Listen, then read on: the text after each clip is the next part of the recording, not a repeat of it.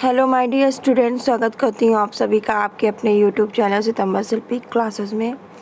Friends, morning में आपकी 8 बजे, इवनिंग में 4 बजे, शाम 6 बजे और रात 10 बजे आपकी लाइव क्लास होती है, तो आप अटेंड किया करें। साथ ही मैं SCERT की क्लास स्टार्ट कर रही हूँ। SCERT के जितने सब्जेक्ट हैं, कृषि विज्ञान, खेल, स्वास्थ्य, हमारा इतिहास, नागरिक शास्त्र, ये सब पढ़ाऊँगी। तो देखिए, चलिए शुरू करते हैं। देखिए, आज हम लोग पढ़ेंगे रेयॉन। तो रेयॉन प्रथम मानव निर्मित रेशा है। जो रेयॉन है वो प्रथम मानव निर्मित रेशा है। रेयॉन बनाने के लिए शहतूत की पत्तियों को रासायनिक क्रिया द्वारा पचाया जाता है।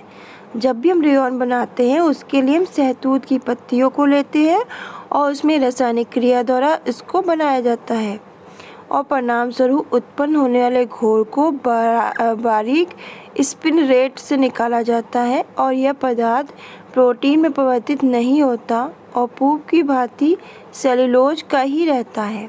तो रेयॉन मानव निर्मित रेशा है। क्वेश्चन अगर आए तो आप लगाइएगा, रेयॉन मानव निर्मित रेशा है। रेयॉन बनाने के लिए शहतूत की पत्तियों को रासायनिक क्रिया द्वारा पचाया जाता है और परिणाम स्वरूप उत्पन्न होने वाले घोल को बारीक स्पिन रेट से निकाला जाता है।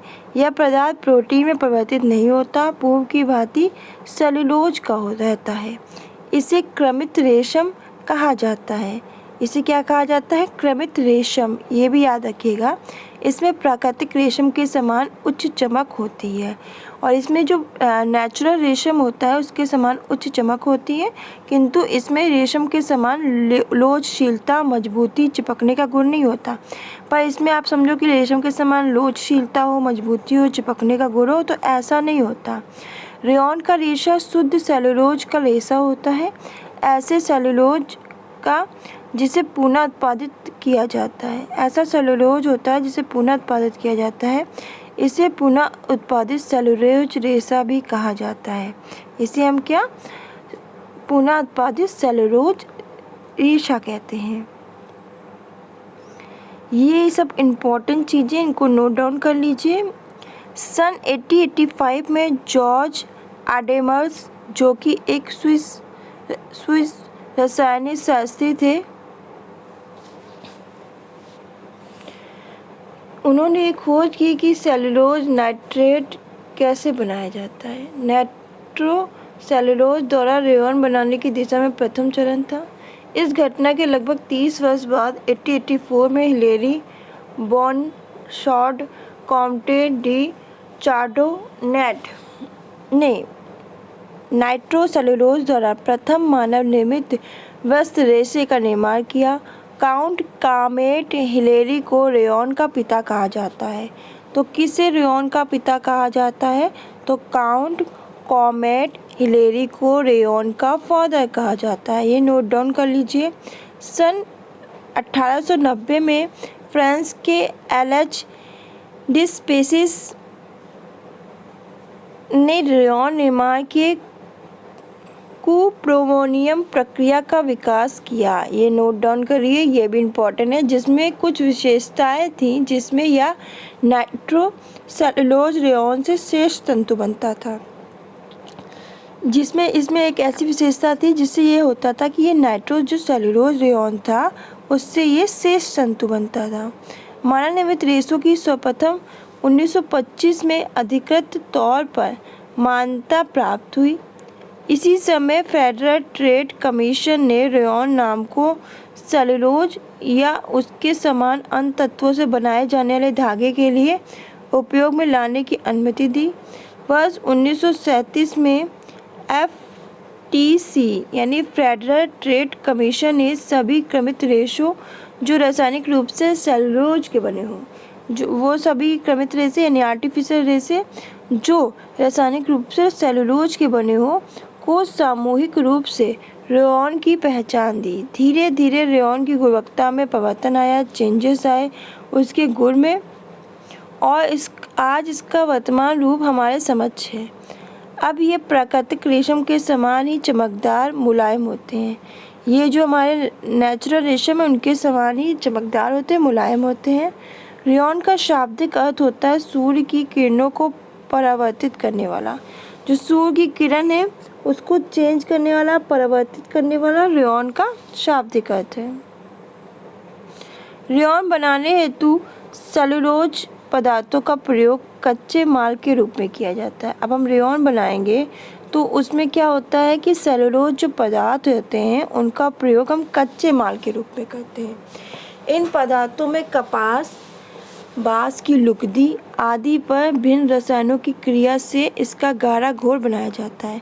तो इन पदार्थों पर हम बाँस है, कपास है, बाँस की लुगदी है, इन पर रासायनिक क्रिया करके इसका गाढ़ा घोल बनाया जाता है। इस घोल को स्पिरिट में डाला जाता है और यह स्पिरिट पेट्रोलियम रेडियम की मिश्रित धातु का बना होता है। क्योंकि इस धातु पे अम्ल और क्षार का कोई प्रभाव नहीं पड़ता है, इसलिए स्पिन रेट से रेयॉन के रेशे बाहर निकलते हैं, जो हवा के प्रभाव से ठोस रेशे बन जाते हैं। यह पूरी प्रक्रिया रेशम के कीट के जैसी होती है, पर अंतर यह है कि रेशम का कीट सेलुलोज पदार्थों का पाचन प्रोटीन में बदल देता है। बस अंतर यह है कि रेशम का जो कीट होता है वो सेलुलोज पदार्थों का जो सेलुलोज पदार्थों का पाचन करके उसको प्रोटीन में चेंज कर देता है, प्रोटीन में बदल देता है। तो ये था आपका रेयॉन की हिस्ट्री क्या थी। मैं आपको छोटे छोटे टॉपिक में इसलिए पढ़ाती हूँ जिसको एक क्लास में आपको जितना पढ़ाऊँ समझ में आ जाए, और आप नोट डाउन भी कर लो, क्योंकि आपको नोट्स बनाने होते हैं तो आप नोट डाउन भी कर लो। ऐसे नोट्स बनाओ कि रेयॉन प्रथम मानव निर्मित रेशा है। फिर ये लिखो कि रेयॉन बनाने के लिए शहतूत की पत्तियों को रासायनिक क्रिया द्वारा पचाया जाता है, और इससे परिणाम स्वरूप इसके रिजल्ट में क्या होता है, उत्पन्न होने वाले घोल को बारीक स्पिन रेट से निकाला जाता है, और ये पदार्थ प्रोटीन में परिवर्तित नहीं होता, पूर्व की भांति सेलुलोज का ही रहता है। इसी हम क्या कहते हैं, क्रमित रेशा या आर्टिफिशियल रेशा। एक होता है प्राकृतिक रेशा और होता है क्रमित रेशा। प्राकृतिक होता है प्रकृति की देन होता है, आर्टिफिशियल तो आर्टिफिशियल होता है, जैसे आर्टिफिशियल नेल्स हो गए, आर्टिफिशियल आई लैसेस हो गए, तो वैसे ही है। इसमें प्राकृतिक रेशम के समान जो अब नेचुरल चीज़ है तो उसमें तो चमक और सब कुछ होगी, पर इसमें क्या होता है, प्राकृतिक रेशम के समान उच्च चमक होती है।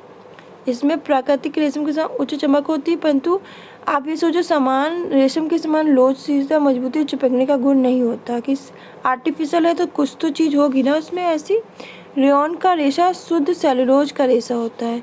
तो पूछा जाए रेयॉन का रेशा किसका शुद्ध रेशा होता है, तो सेलुलोज का। ऐसे सेलुलोज का जिसे पुनः उत्पादित किया जा सकता है, ऐसे सेलुलोज का है जिसे हम फिर से उत्पाद कर सकते हैं, उसको फिर से बना सकते हैं। इसे पुनः उत्पादित सेलुलोज रेशा भी कहा जाता है, जिनका पुनः उत्पाद कर सकते हैं। ये याद कर लीजिएगा कि जॉर्ज ऑडे मर्स, जो कि एक स्विस रसायन शास्त्री थे, उन्होंने एक खोज की थी सेलुलोज नाइट्रेट कैसे बनाया जाता है।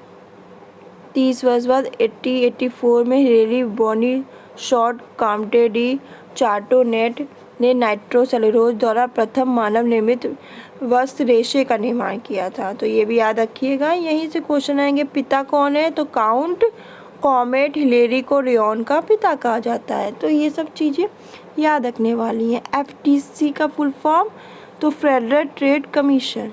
तो बस इतना ही है। अगर आप इन सबको एक अपनी कॉपी में नोट डाउन करते चलिए और रिवीजन करने में आराम रहेगा। छोटे छोटे टॉपिक पढ़िए जिससे आपको कन्फ्यूज़न भी नहीं रहेगा और आप लोग नोट्स भी बना लोगे। एक दिन में मैं खूब सारा पढ़ा दूँ और आपको समझ में भी ना आए तो वो भी अच्छी बात नहीं है। तो अच्छी लगे तो वीडियो को लाइक कीजिएगा, नीचे कमेंट बॉक्स में बताइएगा कि वीडियो क्लास कैसी लगी। अब नेक्स्ट क्लास में हम लोग मिलेंगे, इसके आगे ही पढ़ेंगे इसकी विशेषता, इसके गुणधर्म। तो आज के लिए बस इतना ही, मिलते हैं नेक्स्ट क्लास में। धन्यवाद।